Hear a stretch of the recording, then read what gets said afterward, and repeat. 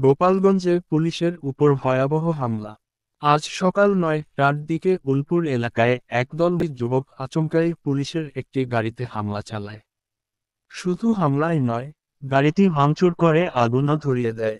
জানা গেছে, হামলার সময় পুলিশের অস্ত্র ছিনিয়ে নেওয়ার চেষ্টাও করা হয়। ঘটনাস্থলে ছিলেন ইন্সপেক্টর আহমেদ বিশ্বাস সহ আরও ৫ জন পুলিশ সদস্য, যারা সবাই আহত অবস্থায় হাসপাতালের ভর্তি। পুলিশ সূত্রে জানা গেছে, নিষিদ্ধ ঘোষিত জেলা ছাত্রলীগের একটি অংশ এই হামলার সঙ্গে জড়িত। তদন্ত শুরু করেছে ডিবি ও র্যাব, চলছে ধরপাকড়। এই ঘটনায় গোটা এলাকায় আতঙ্ক ছড়িয়ে পড়ে।